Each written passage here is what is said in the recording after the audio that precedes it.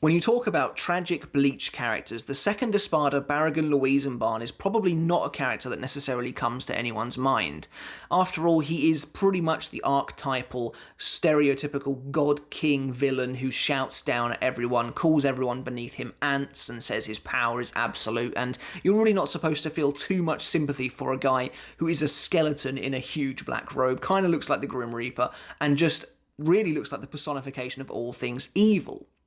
But there's a bit more to that when you go beneath the surface, and Kubo did try and do something a little bit different with this guy and injected an additional layer of personality to him through his backstory.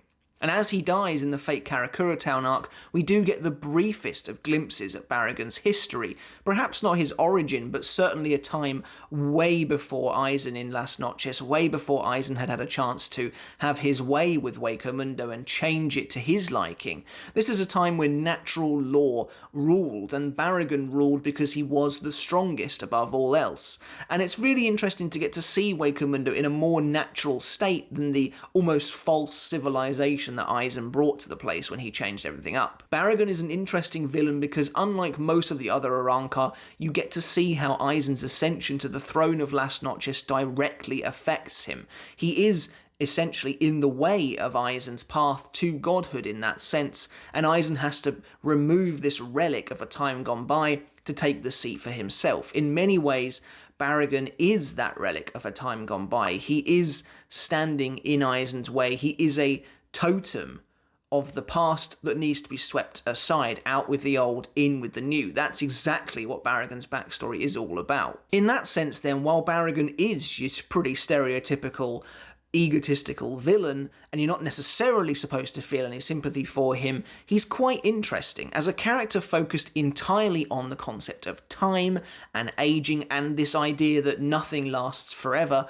Barragan himself is an allegory for that. He is a representation of Hueco Mundo and Las Noches as it once was before the modern day, and when the new generation of leadership comes around, Barragan is one of the first to have to be pushed aside, and I find that to be absolutely fascinating. So in this video, I just want to take a brief look at Barragan and his backstory and how he was directly affected by Aizen, and how, in turn, it makes him a surprisingly tragic character, even if you still don't necessarily feel sorry for this guy. Before we begin, however, guys, if you haven't subscribed to my channel yet, make sure to hit that button now, because we are nearly at 30k, and that would just be amazing to do. Also, make sure to like the video, because it really does help with the exposure on YouTube, and don't forget to hit the notification bell as well to stay up to date with all of my Bleach videos that I put out every single week. Join me over on Twitter to become a part of that wider community, and also don't forget we have a link to the Discord in the description below, so go over there now and join in the conversation. So Barragan's initial characterization doesn't necessarily leave us any real hints as to the true nature of his relationship with Aizen. He is very bold, very commanding. He takes charge the moment Aizen is trapped in Jokaku Enjo at the start of the Fate Karakura Town fight. But actually a lot about Barragan is left a mystery. In fact, out of all of the Espada, he basically has the least screen time of them all before he actually appears in battle. I remember way back reading the Arrancar arc weekly, I was really anticipating seeing more of Barragan. Traditionally in a series like this, the old guy is going to be pretty powerful, so I kind of anticipated he might be the first Espada, like I think Kubo was trying to lead us down that route anyway. But also just the fact that we hadn't seen him at all outside of 1 or 2 panels, I was really excited to get to see him in the Fate Karakura Town arc. And he really does show off his stuff in that fight. His Resurrection Arrogante to this day remains basically one of the coolest in the entire series, if not the coolest. I did not expect it at all when I turned the page and was basically shown the Grim Reaper.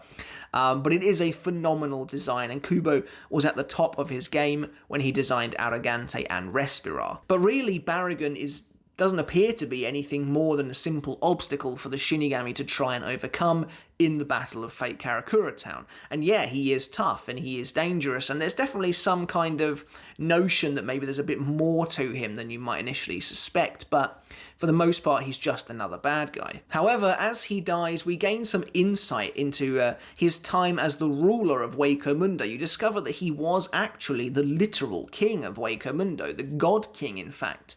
where these hollows worshipped and revered him. And actually, books like Can't Fear Your Own World have done a bit more to showcase just how far-reaching Barragan's influence actually was in Hueco Mundo back before Aizen arrived and displaced him. Barragan's character as a whole is steeped in tradition. He is a very typical regal monarch, he rules absolutely over this court of hollows that he has. And it's actually really interesting to see Hueco Mundo and even Las Noches in its infancy. I say its infancy, but I assume these ruins and this destroyed court that Barragan rules over has probably been around since the beginning of time, if not earlier than that. But as far as the Las Noches that we know in the story, this is it in its infancy. It is not this full-on palace yet. Barragan is content to rule over Hueco Mundo as though it were all his domain. One of my favourite exchanges in this scene is when Tozen tries to argue with him that, you call this place a castle, yet it has no walls or ceiling. But Barragan retorts by saying, well, I'm the king of Hueco Mundo. As far as I'm concerned, the sky itself is my ceiling. That's a great line, and it really does showcase exactly how Barragan sees his rule back in the day as all-encompassing, and everyone reveres and worships him. And actually Can't Fear Your Own World as well does go some way to hammering it home just how revered and how famous Barragan actually was among the Hollow community. There still is a lot of mystery surrounding Barragan even today. We don't necessarily know how or why he gained the position of king, or whether he was literally always the king before Aizen arrived. It's difficult to say. He is incredibly powerful, his Respirar ability is godlike and, as he says, absolute, to a fault as it ends up killing him. But I do find it interesting that he has this position of regal authority in a world where all these creatures are fueled by animal primal instincts. And yet here, on this court of hollows that Barragan has assimilated, there is some semblance of civility, of civilization among the beasts. So that's why when Aizen arrives to really shake things up, it feels like real change. Generational change is coming to Hueco Mundo, and honestly, I kind of wish we had seen even more of this. I really do believe that Aizen's arrival and then later ascension into the throne of Las Noches is really understated, as it's a huge upheaval for these monsters, these hollows who have lived, as animals and beasts in nothing but a big open desert for all this time. Aizen arrives as a Shinigami, always looking down on hollows in some form or another, and I feel like that takes physical form when he's like, I'm going to turn Las Noches into an actual palace, and try and bring some law and order to these almost primal Arancars. In that sense, Barragan's meeting with Aizen is like old meeting new. It is change in the form of these Shinigami who have arrived, and it's very interesting as well how quickly Aizen is able to take Las Noches and Hueco Mundo from Barragan, despite Barragan's grip on rule for what you can assume is centuries. It is over in a flash. And I find that to be very interesting as well. But basically, if we break down the scene, Barragan is incredibly bored. Nothing is going on at all. He has conquered, all of Hueco Mundo is his. There's nothing he needs to do, there's no one he needs to fight. He has all these hollows lined up in his court, and as far as he's concerned, he may as well start having them fight each other at this rate, for his own amusement. Again, this is pretty interesting. Barragan's rule reflects stagnation. It reflects a Hueco Mundo that is unwilling to change, or is impossible to change currently under the current leadership anyway. That's why when Aizen arrives, he represents progress. He represents pushing Hueco Mundo to greater heights. And he even speaks to Barragan like some kind of dodgy car salesman about how he can improve Barragan's life, how he can give him a new, more interesting world. So Aizen does arrive, and like I said earlier, Tozen makes the remark about Barragan and his castle, which in my opinion betrays the Shinigami's true feelings towards the Hollows. Aizen's coming at Barragan with this whole holier-than-thou approach about how they can work together and they can be friends, but truthfully, the Shinigami will always see the Hollows as slightly lesser beings, particularly these Shinigami. And Tozen does betray that in his comment to Barragan about the castle. Of course, Aizen's own words are laced with trickery. Nothing he says can ever be truly taken at face value, but he does offer Barragan what seems like a genuine position of power in Aizen's new world. But Aizen is literally rocking up here to Hueco Mundo, stepping in front of the King of Hollows and basically being like, I know you've ruled for centuries, but now I'm here and this is gonna happen whether you like it or not, so I'm giving you a seat at the table, and if you want it, you can have it. Even if you don't want it, you're still going to end up having it because I'm taking this world whether you like it or not. And in some ways it was pretty good of Aizen to offer Barragan a seat at the table. I assume Aizen, being the smart man he is, knows exactly how powerful Barragan is and knows that he needs him on his side whether he likes it or not.